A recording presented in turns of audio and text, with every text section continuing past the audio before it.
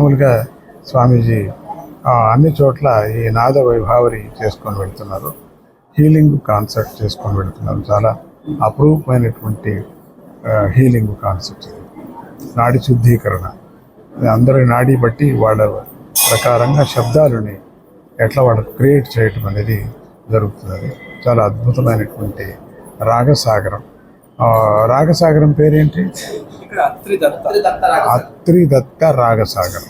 అంటే అక్కడక్కడ ఉండేటువంటి ఆలయాలకే అక్కడ దేవత పేరు పెట్టేటువంటి ఒక పద్ధతి ఉంది.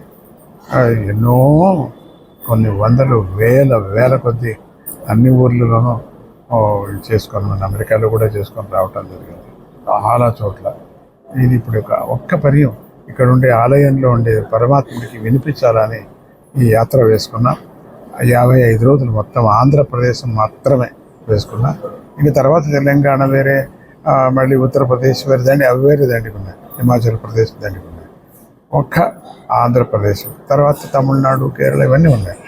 ఈ ఆంధ్రప్రదేశ్లోనే మాకు ఇప్పుడు 55 మొత్తం 50 నుంచి 60 వరకు కేంద్రాలు ఉన్నాయి.